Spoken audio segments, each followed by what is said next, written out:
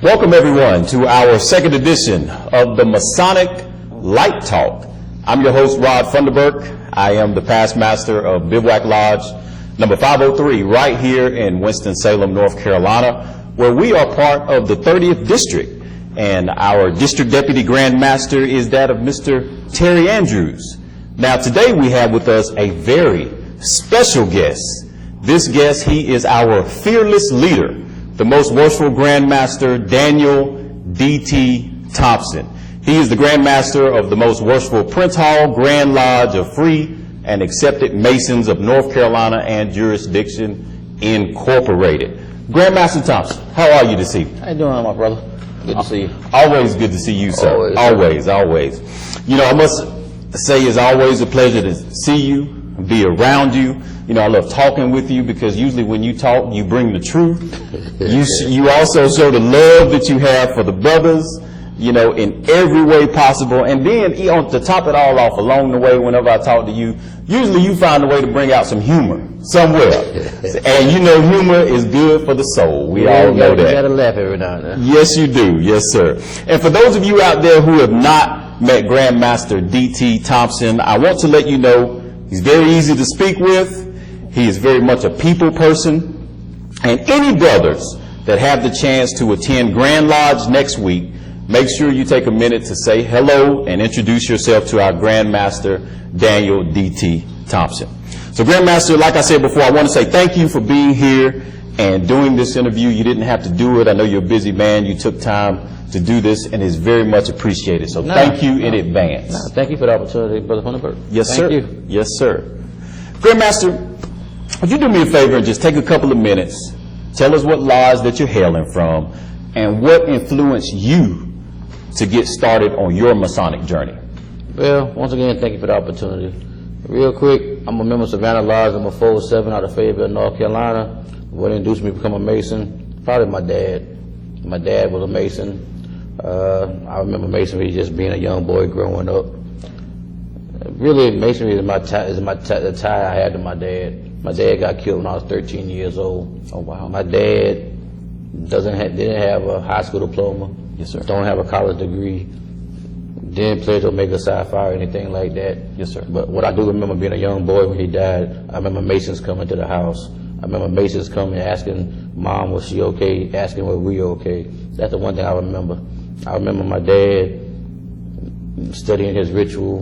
And like I said, and I'm not ashamed of it, my dad remembered his ritual. Wasn't the greatest reader in the world. I remember reading questions to him and reading answers, and he remembered his ritual from the front cover to the back cover. And that's what I remember. I remember filling out postcards reminding people they had lodge meetings. His lodge was Key Lodge number 84 in Jamaica, New York. Oh, wow. On Farmers Boulevard. I remember that. So that enticed me to become a Mason. And then when I joined the Army, I had a platoon sergeant, Jerome Myers, who acted like a Mason. I didn't even know he was a Mason for the first 9 months. He was my platoon sergeant. Until one day we went to church one Sunday in Korea, and they called him Brother Myers. And I asked him one day, I said, Sergeant First Class Master Myers. I said, you a Mason? He was like, yeah.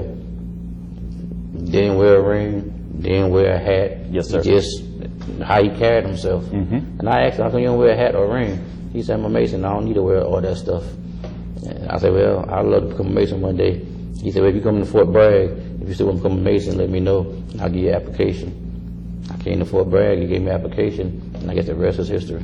So Fort Bragg is where the official journey began. That's where it began in Fort Bragg. That is awesome. You know, you mentioned your dad. You and I actually have something in common. My dad was a Mason. I was little as well growing up, didn't realize what Masonry was all about. He died as well, but he didn't die quite at the age that you were when I lost him. I was still in college at that particular time. And, you know, my dad wasn't one of those post-secondary folks either. He didn't have a college degree or anything like that, but he was a pastor.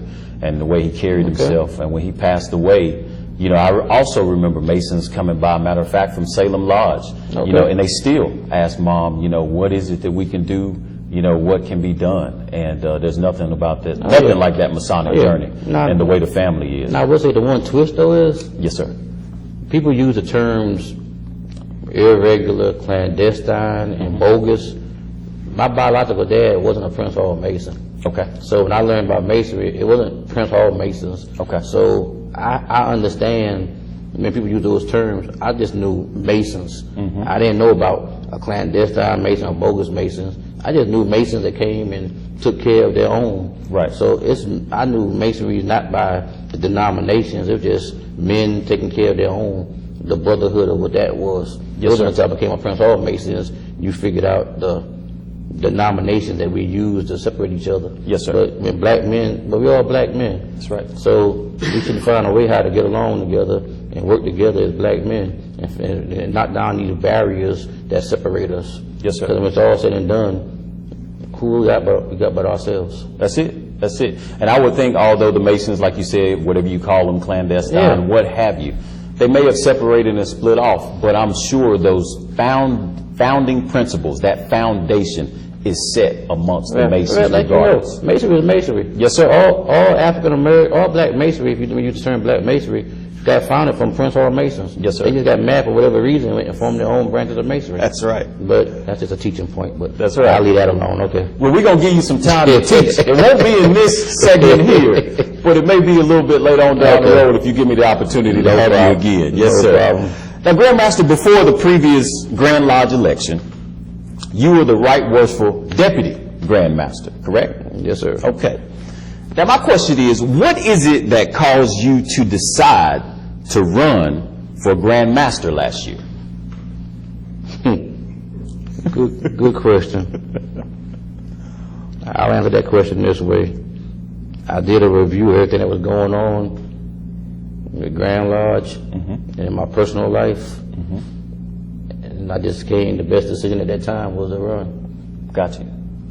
And that's where you'll leave it? I'll leave it at that. Okay. All right. Well, maybe later on in the future, we might can get you, the Grandmaster to indulge us a little bit further. But we'll leave that one like that. So on behalf of the North Carolina Craft... I'll tell you what. Okay. The other part of that answer you get in my Grandmaster's address on Friday, next Friday. Oh, next Friday at Grand Lodge, 149 Communications. The other half of that answer come in there. That's beautiful. Well, Grandmaster, I'd like to say this. On behalf of the North Carolina Craft, all of the brothers across the Prince Hall family, as well as the sisters, if they haven't told you, I'd like to say congratulations on your first year and completing that first year as Grandmaster. I personally think you've done a wonderful job, and I know you have made it just look so easy. But I know you deal with a lot of brothers, and I know you deal with the everyday inner workings, outer workings of the Grand Lodge, and so forth and so on. Talk to us about some of the things that were wonderful about your first year as Grandmaster, as well as some of the challenges that you had in your first year as Grandmaster. Yeah, let's do it this way. The first thing we did is, when we became Grandmasters, adopt a leadership philosophy. And that philosophy was TEAM, T-E-A-M. It stands for transparency, education, accountability, and management. The first thing you need to be as a leader, be transparent. Lay all the cards on the table. You may not like everything you got, but when you inherit what you inherit. You can't choose what you want to deal with. You just choose with it. And then you educate. You make every opportunity a teaching moment that you can. The other part, you hold everybody accountable. But first, you hold myself accountable for everything. Right. And then you just manage operations of the Grand Lodge. But then you use that as a bridge to touching lives, empowering youth, assisting communities, and motivating Masons. When it's all said and done, I want Masons, when they wake up in the morning, to say, I'm proud to be a Prince Hall Mason. Right. That's what it's all about. It's not about Daniel Thompson being Grandmaster. It's about us being Prince Hall Masons. And it's all about being a team. It's all about us. One of the challenges of being Grandmaster is how do you bridge the young energy of the young Prince Hall Mason with the experience of I ain't gonna say old Prince Hall Mason, the experienced Prince Hall Mason, and show how we all work together. That's what it's all about. Yes, sir. It's all about taking all the diversity and all the experiences of Masons and making them all work together as one. And when we figure out how to do that, then we're successful. That's what it's all about. And what are some of the challenges? What have been some of the challenges? Some of it makes me understand what the Constitution really means. Understand your Constitution, your bylaws. Okay. I mean, there's been some challenges. I mean, as a leader, you make decisions. I mean, I'm used to making decisions. Sometimes you make decisions people don't like. Right. I've had some issues come up in the Order of the Eastern Stars where I had to make some decisions. But as a leader, you make decisions. I mean, the other stuff as a leader, unfortunately, people will lie on you. Right. It's true. They'll say things that are not true. But unfortunately, people believe untruths quicker than they believe the truth. And once a lie gets out there, now you find yourself having to combat a lie. Right. For example, I'll use this one example. They say when the Grand Master changed the dates for the Grand Lodge session. In order to combat that, I released the contract to show that I didn't sign the contract for this Grand Lodge session, so they could see what the actual dates for the Grand Lodge session was. I mean, stuff like that. Gotcha. Well, it sounds like there's been quite a few challenges. Now, I'm sure there's some great points, some good points. What about some of the good points, the things that Great points. enjoyed? We had fellowship with the brothers, going around, listening to the brothers, listening to their comments. I mean, doing this interview with you. I mean, letting the brothers have an input into what we're doing. Yes, sir. Just last week, I had a session with the Order of the Eastern Stars where we went over their Constitution, and they actually had an opportunity to give input and recommendations to what they think go into the Constitution. And it wasn't just the leadership, it was the members. So the membership actually had an opportunity to give input into their Constitution. So you should let the members know that they're part of the institution that works. Because as a leader, membership give you two valuable parts. They give you their time and they give you their money. Yes, sir. If you don't waste their time, you don't waste their money, and you treat them with respect, you can't go wrong. That's right. That's right. I like that. I like that. There's nothing wrong with allowing people to have input. That's it. That is awesome. That is awesome. Now, Grandmaster, every administration, has its vision of where we should be going, all that good stuff. Can you inform us of your complete vision for the Prince Hall Grand Lodge of Free and Accepted Masons of North Carolina and Jurisdiction Incorporated? My vision for the Grand Lodge of North Carolina, as you know, at the Special Grant Communication, we voted to where we can give away $1,000, basically $1,000 scholarship in each district. Where we actually giving away more scholarship this year than we ever gave away before. Wow. So we look at giving away $37,000 in scholarships. That's awesome. But my vision is the same way you can give away $1,000.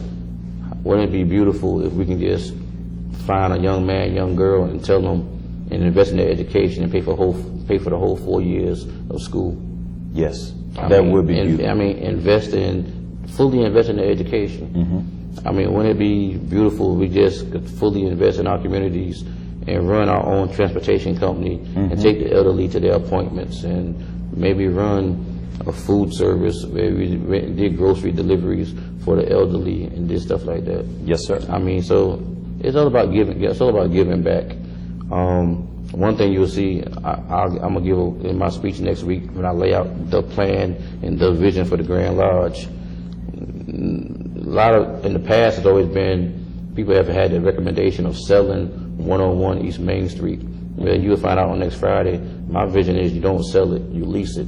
Right. They're not making no more property. That's right. So instead of selling your property and making money, why not make the property make money for you? So I have a vision of how to make that property make money for you, and then just expand from that. And I'll tell you that on next Friday. Well, Grandmaster, just from that answer alone, you sound like a businessman that especially knows the difference between assets and liabilities, which is very important. Yes, sir. And that's very important. I commend you because it's very important when you're a leader to know the difference, especially when you're talking about dealing with money and generating income. Yeah. Now, let's stay on the administration part. Let me ask you this vision-wise. How similar or different is your vision for the Grand Lodge compared to the previous administration? I know the previous vision was to build your own building. I'm still studying that one. Okay. I know in the past the revenue wasn't there. As a leader, I mean, you study and see where you're at. One thing I had to do was study and see where were we at, and based on what happened in the past, after the previous administration, we had $207,000 from the previous administration in the building fund, and I mean, it wasn't hard, it wasn't easy to do, but it was a hard decision. But I made the recommendation that you refund the money, because I didn't see where $207,000 was going to get us a Grand Lodge building. Gotcha. So I made the recommendation to refund the funds, and the recommendation was made to do that, and that's what we're currently doing, refunding the funds. Okay. Gotcha. But in my vision of renovating, well, I'll slip. Just told you what. But my vision of making the property work for us, maybe what you do is renovate what you have and then make it work for you that way. Yes, sir. Okay. That sounds good. Sounds like a plan. Now, I want to switch gears just a little bit, if you don't mind. Go ahead. And I want to talk to you about something that I believe many brothers, are aware of, but I don't think the brothers fully understand exactly what's going on. And I'm one of the brothers, and I'm hoping, as Grand Master, you can probably shed some light on this situation. And I wanted to discuss the Grand Lodge of Utah, free and accepted Masons. They voted to suspend recognition of the most worshipful Prince Hall Grand Lodge of North Carolina. And the reason they did that, they said, was over chartering of lodges in foreign countries. Now, I don't fully understand that, and I'm not sure, like I said, if many of the brothers out here across North Carolina understood it. But is there any way you could talk to us about how this came about, what exactly this accusation that the Grand Lodge of Utah is making, and even more, the accusation that they're making, does it actually have merit? Okay. Let me answer that question this way. Well, back in February of this year, I forget what day it was on a Sunday morning. I woke up and my phone was blowing off the hook. Reference this Grand Lodge of Utah. And before you go on, this is you being the Grand Master for approximately 4 months, maybe? Yeah. Okay. There was a blog. I think you can still pull it up. If you do Freemasonry for Dummies, North Carolina, it accused me of setting up Grand Lodge. The first blog accused me of setting up Grand Lodges in France and in Africa. So you did that within 4 months of your administration? Yeah, the blog said I did. Okay, gotcha. But yes, the Grand Lodge of North Carolina did set up lodges overseas. Mm-hmm. That is a true statement. The letter from Grand Lodge of Utah, I never received, I never saw. Right. The person who did the blog, I never talked to. So all that I never saw. But yes, the Grand Lodge of North Carolina did have lodges in Africa. They did have lodges in France. Now, let me do it. I'm going to break it down this way. Let me do the easy ones, then I go to the hard ones. Okay. When I became Grand Master, there were several lodges overseas. And matter of fact, I can send you the packet because I actually did an internal review of overseas lodges when I became Grand Master. Mm-hmm. There was one lodge in Benin, Africa. If I remember the name of it, it was Nicholas Ajibi.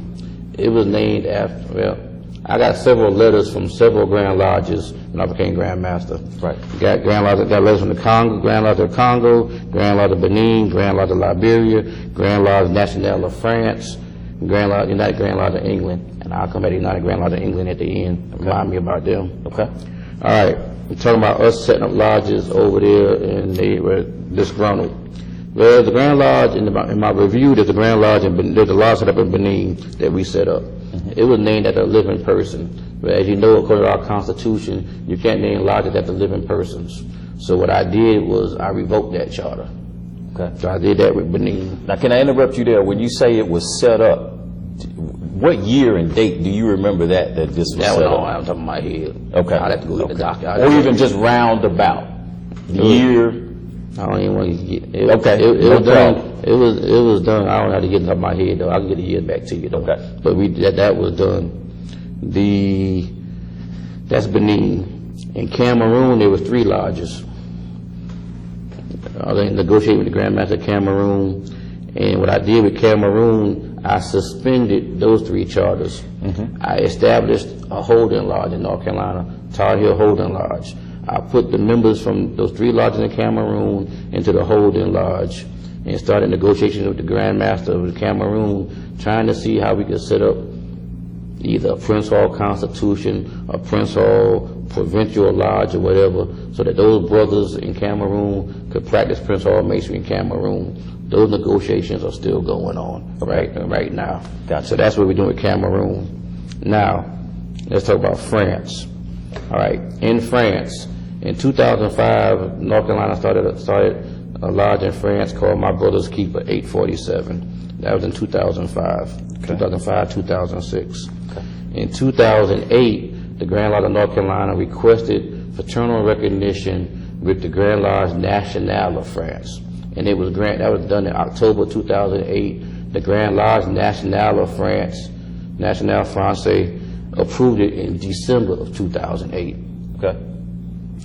In March, well, in 2010, let's go 2010, I think it was March though, past Grand Master Milton Fitch signed a letter of amity with the Grand Lodge de France in 2010. So now you got recognition with 2 Grand Lodges in France as of 2010. In 2015, another lodge was started in France, and in 2016, a 3rd lodge was put up in France. So that was 2016. On 23 June 2018, the brothers from those 3 lodges in France had a meeting and they adopted a constitution, where they were known as the Prince Hall Grand Lodge of France. Now, Prince Hall Grand Lodge of France? Yeah, Okay. on 23 June 2018. On that same day they adopted that constitution, they also said that they were going to have a consecration ceremony in February of 2019. Okay, when I got elected Grand Master, September the 29th, maybe a couple weeks later, they sent out invitations to their consecration ceremony with my name on there, I guess as being the host. Never saw the invitation, but that's when all the letters started coming to me about we got this Grand Lodge in France. Okay, when I did my internal review, I made the determination that when those 3 lodges in France adopted their constitution, that's when they became a Grand Lodge. The consecration ceremony don't make them a Grand Lodge. The adoption of a constitution made them a Grand Lodge. Okay. So at that point, North Carolina doesn't have any legislative or judicial or executive authority over those lodges. Okay. So They stand on their that's own my under the position. Grand Lodge there. They stand on their own. Gotcha. That's my position. Okay. Now, Got you. That's France. Now, the part about Africa and the Congo, they were the Grand Lodge way before I became Grand Master. So the Congo is the Congo. Now, let's come now. France. United Grand Lodge of England. Okay.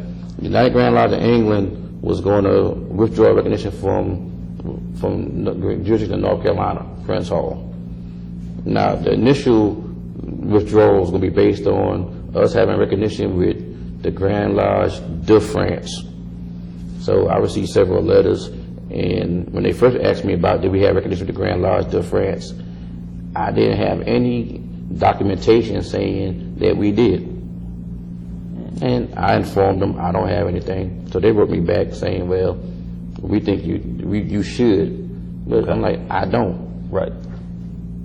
I was in Delaware, and then I received an email from who's the Grand Master, Prince Hall Grand Master of France, who sent me the letter of amity that was signed in 2010. That's when I first got the documentation. Now, in that documentation, it says that this amity will be effective upon the immediate approval of the legislative body of both Grand Lodges.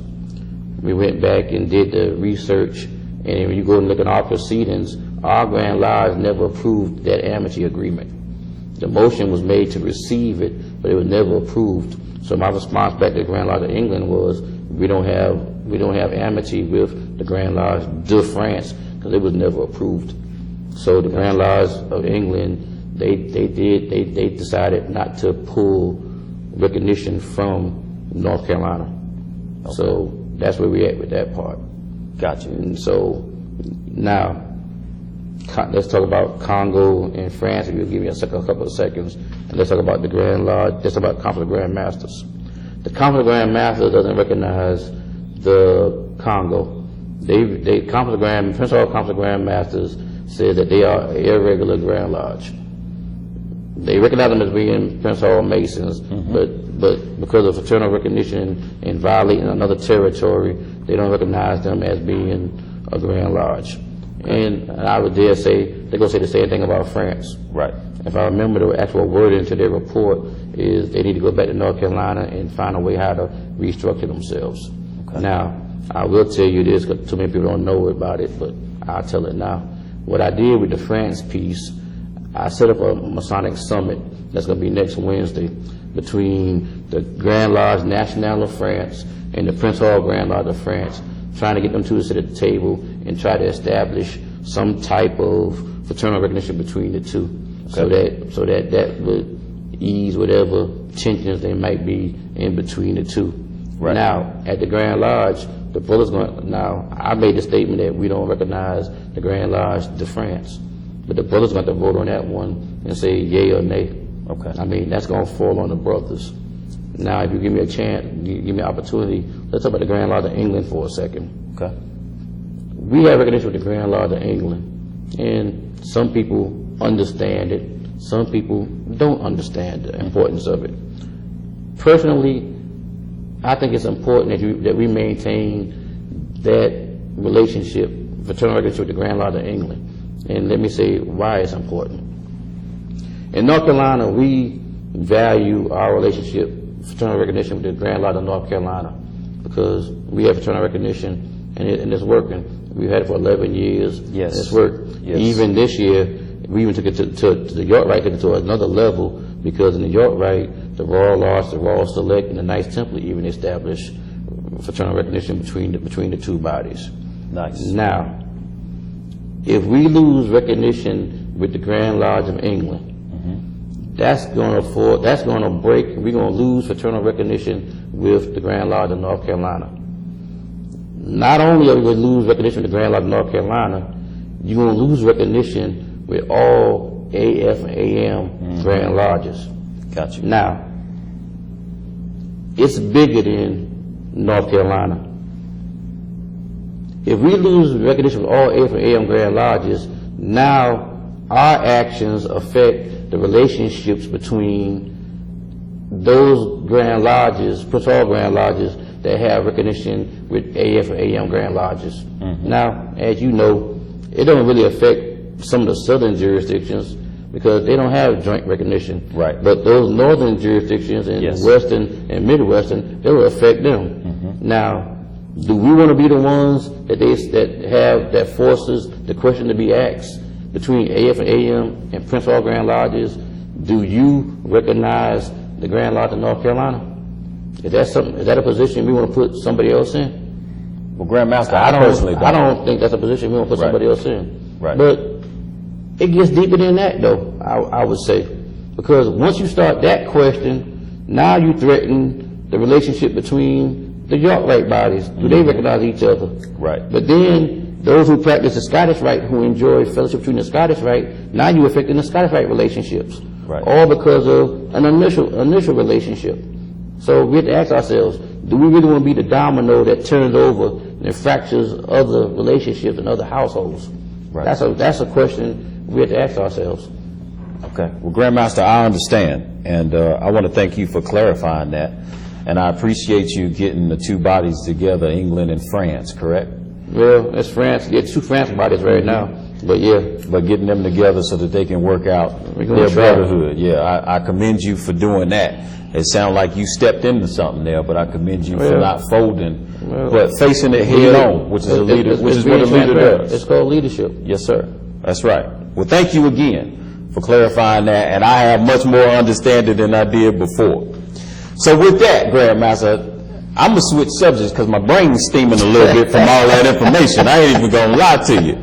So I'm going to go this way. Now, next week, you mentioned it a little bit earlier, we have the 149th Annual Communications. That will be our Grand Lodge session. It's going to be at the Hilton, Raleigh, North Hills, okay, which is located in our capital city of Raleigh, North Carolina. And if I'm not mistaken, Grand Lodge is going to begin with the golf tournament on Wednesday. Golf tournament on October 2nd. Okay. I think tea time is 9 o'clock in the morning. Okay. So, brothers, you heard it. The golf tournament will be Wednesday, October the 2nd. Tea time will be 9 a.m. So come on out and support the golf tournament, all right? Now, what else is going to be going on all next week at the Grand Lodge? Well, brothers, next week you got golf tournament at 9 o'clock. After that, like I said, the Masonic Summit is going to be next week as planned for 12 o'clock. Everybody's invited to come. I might have to change the time on it based on the time of arrival time of the participants. Everybody's invited to come and listen to what's going to happen in that conversation. On Thursday, we're going to have a brunch. Reverend Sam Cornelius is going to give us a sermon. The brunch is like from 11 to 1. Try to change it up, and get off on a good note. Then we're going to have openings. We're going to have the opening. Then there'll be the workshops. Okay. That night we have Lord of Sorrow. Then on Friday morning we open up 9 o'clock. We have a reception and start receiving visitors at 9:30. We do the address. Our theme for this year is moving forward with great expectations. That's our theme for this year from our address. And then brothers come out because we're going to put issues on the floor where the brothers get to vote. I mean, we recommended changes to the Constitution. Criteria. One thing I'm gonna tell you right now, one of the recommendations is term limits for Grand Lodge officers. Can a felon be a Mason? I think the brothers need to have the opportunity to vote on it. So a lot of times people ask the Grand Master questions, but I think the brothers need to have the input and have their say-so on it, and don't just ask the Grand Master. But it's our fraternity. Yes, it's sir. our order. So we need to have the input on it. That's right. And that's what we're going to do. Okay, well, that sounds good, Grandmaster. And then I'm assuming that Saturday we'll be voting again. I'm assuming you will be running for Grandmaster again? That's it. Well, good deal. Is there anything you want to tell the brothers as far as what you look to accomplish the upcoming year, assuming that you will be the Grandmaster again? It's all about being a team. I mean, this administration, I got an uncle. He used to say that, may the work I do speak for me. All I can say is look at the accomplishments what this team has done in 9 months. And I stand on what this administration has done in 9 months, any day of the week. Well, Grandmaster, like I told you before, you've already made it look easy, so you got my vote. And I got one last question for you. What you got? Before we close this thing down. What you got? Now, ultimately, inside of Grand Lodge jurisdiction, North Carolina, ultimately, what would you like for your legacy to be when you do decide to step down as Grand Master? When I leave in 3 years, because I am going to leave.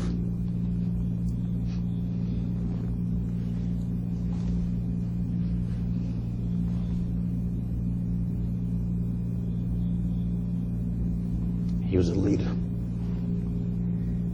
He was a leader. He was a leader. Well, Grandmaster, I know you enjoy what you're doing, because if you didn't, you wouldn't be as emotional as you are now. And I appreciate you, and God bless you. And Grandmaster, we have come to the end of this edition of Masonic Light Talk.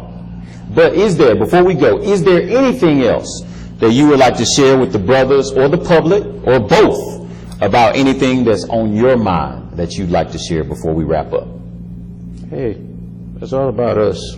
It's a team. There's no big eyes, there's no little U's. Yes, sir. It's all about what we do for each other. As long as we know how to, as long as we respect each other, there's nothing we can't do. Yes, sir. That's right. I appreciate you, Grandmaster. Thank you, sir. Well, brothers, you heard it straight from the Grandmaster. It's all about the team. There's no big eyes and little U's. You heard it. And you can meet the most worshipful Grandmaster Daniel D.T. Thompson next week at our 149th Annual Grand Lodge Communications. So don't be shy. Make sure you come out. Fellowship with the Grandmaster, fellowship with all the Grand Lodge officers and the North Carolina craft. And for those of you who are not Prince Hall family, remember to be one, ask one. And that's our time, family. I'm past Master Rod Funderburk. Thank you for listening to Masonic Light Talk. Until next time, have a wonderful day and travel light.